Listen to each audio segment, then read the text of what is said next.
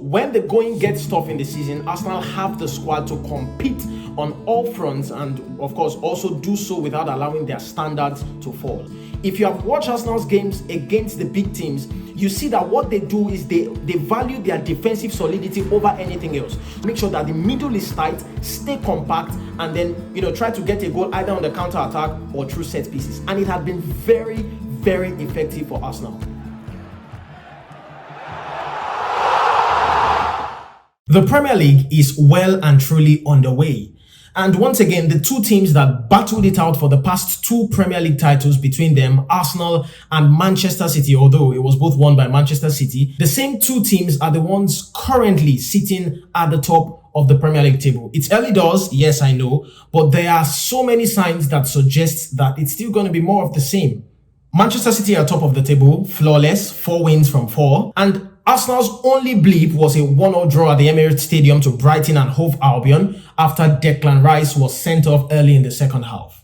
Actually, aside the results, both of these teams, they have looked really good. I mean, I liked what I've seen so far from both of these teams, Arsenal and Manchester City.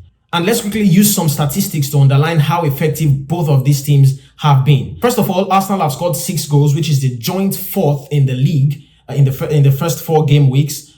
Manchester City have scored 11 goals, which is of course the top of the league in terms of goals scored. And talking about goals conceded, Arsenal have conceded 1 goal in the 4 game weeks, which is the joint top together with Liverpool, just 1 goal conceded. And of course, Manchester City have conceded 3 goals, which is the joint 5th in the league. So already it's looking like it's going to be more of the same. We are seeing Erling Haaland, is the current top scorer, of course. Who else is it going to be? He's the current top scorer with 9 goals so far in the league. And of course, Bukayo Saka, the star man for Arsenal, has the highest assists so far in the season with 4 goals, of course, together with Cole Palmer of Chelsea. So it's looking like it's going to be more of the same. It's going to be yet another season where Arsenal and Manchester City are going to dominate. All indications point out to the fact that we're going to have a 2-horse race in the Premier League once again this season. Over the summer, I made a video talking about the key things that Mikel Arteta must do if he's going to win the Premier League with Arsenal. I talked about a lot of things in that video, and I'll leave a link to that video in the description below.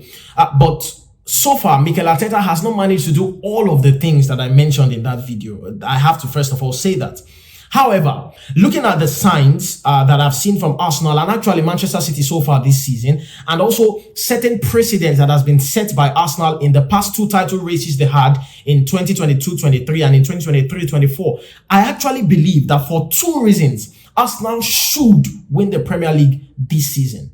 And in this video, I will be sharing the reasons why I think so. I believe Arsenal should be winning the title this season. And there are 2 reasons why I think so. So stick around, do well to like the video, subscribe to the channel, and click on the notifications button so that you're notified when there's new content. And also share to fellow football lovers like you so that they can hear, what I think on this, and of course also contribute their opinions. Now, like I said, there are 2 major reasons why I feel Arsenal should be winning the title this season. The first one is the fact that Arsenal has a squad which is at a better place than it has been over the past 2 seasons. 2 seasons ago, 2022-2023, Arsenal's season tailed off when William Saliba got injured later on towards the season. They were building up a very good title race, but when William Saliba got injured and they had some, little fatigue here and there as well, we saw that they started to tail off and then they started to lose games and they ended up not winning the Premier League title after leading at the top of the table for so much of the season.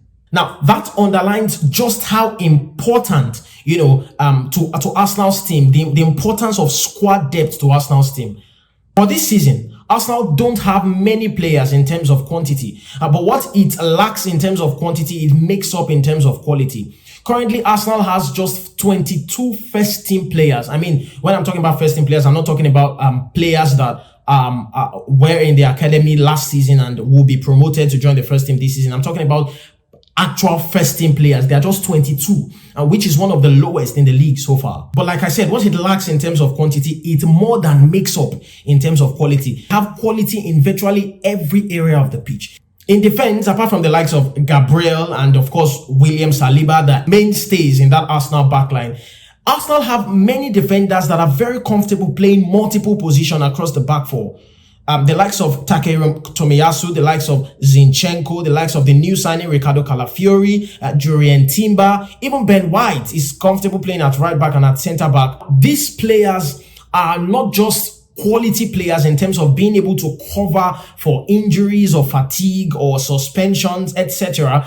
But they're also quite versatile in the sense that they can cover as many positions as their skill set allows them to cover. So, and I feel that's very important because, like I said, Arsenal don't have a lot of players in their squad. What it lacks in terms of quantity, it makes up by having quality players and also versatile players that can fill in any position as and when due. And of course, it's the same thing in midfield. Arsenal has Jorginho, they have Thomas Partey, of course they have Mikel Merino, the new signing, and of course Declan Rice. And these players are very comfortable playing in defensive midfield or in central midfield, as the case may be. And, of course, we know that on a good day, Declan Rice will be the one starting in that position. If Mikel Arteta wants to use a two in midfield, he has Mikel Merino or Jorginho or Thomas Partey. These are players that can, they are very comfortable and they are quality players in those positions. And in attack, of course, you know how many talented attackers Arsenal have, the likes of Bukayo Saka, Gabriel Martinelli, Leandro Trossard, even Gabriel Jesus, Martin Odegaard, of course, the captain. And there's so many players. So they have quality players. They don't have quantity, but they have players. And one very important thing I must say that I actually like about Arsenal's team is the fact that their players are very durable. I think they've proven over the past 2 seasons that they have players that can stay fit. Not many teams have players that can stay fit, and that's one good thing I would say about Arsenal. The likes of Gabriel, the likes of Saliba, Odegaard is currently injured, but it's not common to see him always injured. Even the likes of Kai Havertz as well. You hardly see these players get injured, and I think that will be very important in ensuring that Arsenal stay competitive on multiple fronts this season. Arsenal has a team that can defeat anybody in the world on their day. Let's be very honest. Arsenal have a very good team. And I believe that if they can stay fit and if they can stay motivated and they stay in form, I do believe that Arsenal could go on to win as many games as they can. And that's one very important reason why I feel Arsenal can win the league this season. They have signed players in the right positions that could cover for cases where there are injuries and there are suspensions, etc. So when the going gets tough in the season, Arsenal have the squad to compete on all fronts and, of course, also do so without allowing their standards to fall. Now, the second reason why I think Arsenal should be winning the league, which is actually the most important reason for me, is their record against the Big Six.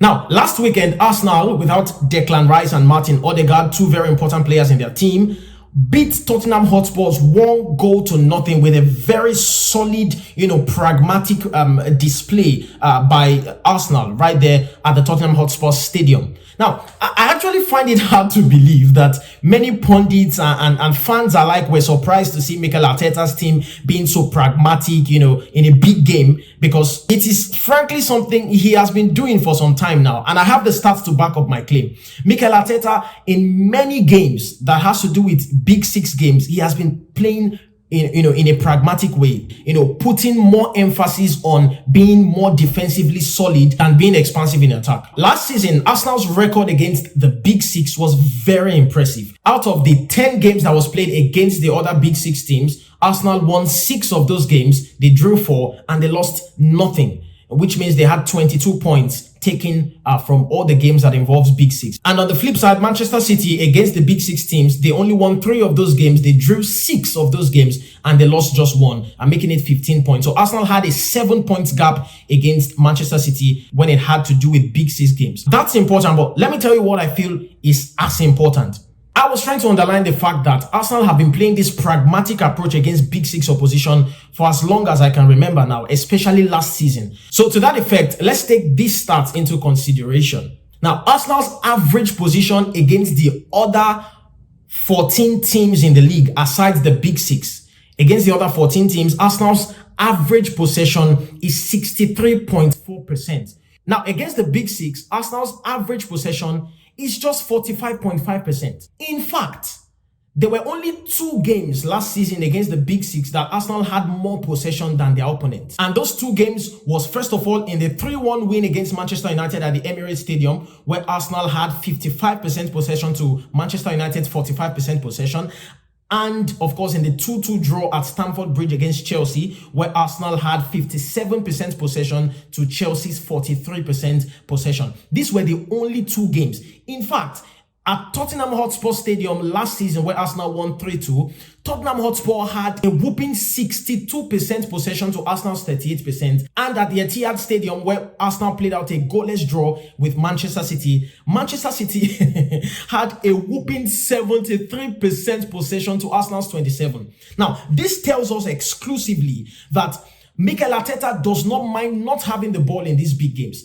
If you have watched Arsenal's games against the big teams, you see that what they do is they value their defensive solidity over anything else. So you see Mikel Arteta's team play with 2 defensive midfielders, probably like Thomas Partey with Jorginho or Declan Rice. Make sure there are 2 defensive midfielders in the middle, and also make sure that he has the likes of Gabriel and, of course, William Saliba, and make sure that the middle is tight, stay compact, and then, try to get a goal either on the counter-attack or through set pieces. And it has been very, very effective for Arsenal. On the flip side, Manchester City have never and will never change their approach for any team that comes to play them, whether home or away. That one is a given. But I actually think that tactical rigidity that we see from Manchester City is what could give Arsenal the edge. Because when Man City play these big teams, the reason why they don't win so much of those big games is because they are very expansive. Manchester City will give every team a chance to win the game.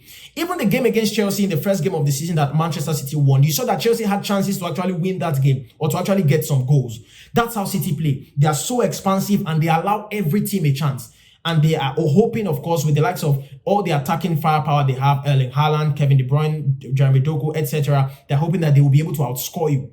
But it doesn't always happen, as we can see in their games against the Big Six last season. It doesn't always turn out to be the case. Due to how pragmatic Arsenal is, in these big games, they will win most of those games, whether you like it or not. They are very good defensively. I like the fact that Mikel Arteta has been able to identify the fact that Arsenal are very good defensively. So because they are very good defensively, he knows that, listen guys, let's lock up. At all, these guys will not score.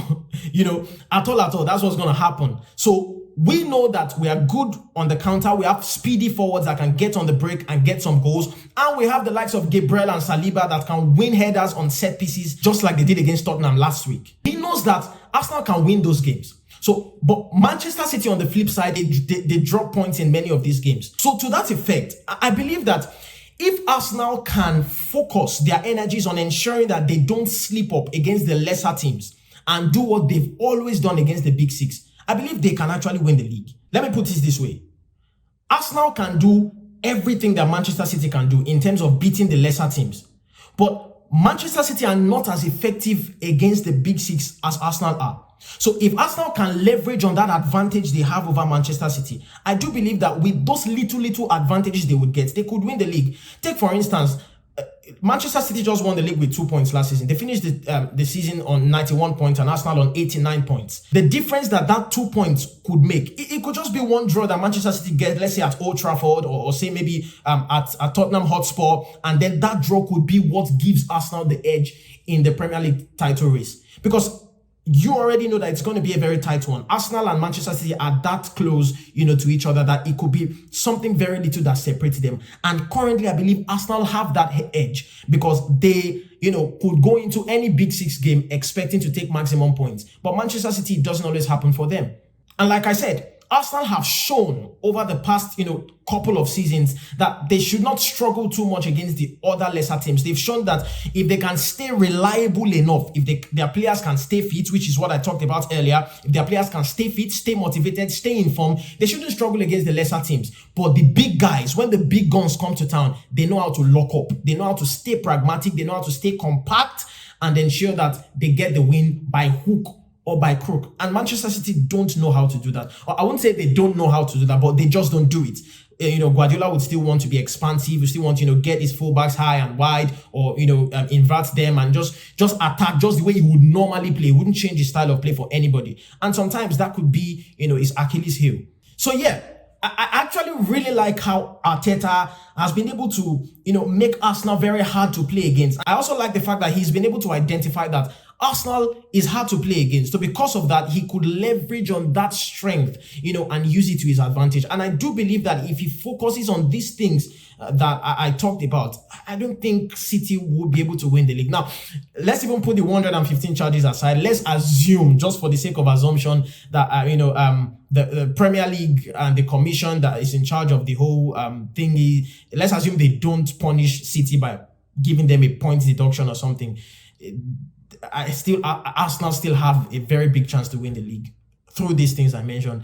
And good enough for them if they are punished by giving them a lengthy points deduction. Well, good enough for Arsenal. They are going to probably just have to walk their way to the Premier League title. But any which way, these are the two reasons why I feel Arsenal should be winning the Premier League title. What do you think? Do you think I'm right? Or are there one or two things you want to add or subtract from what I have said? Please do so in the comment section. I'll be there to reply all of the comments.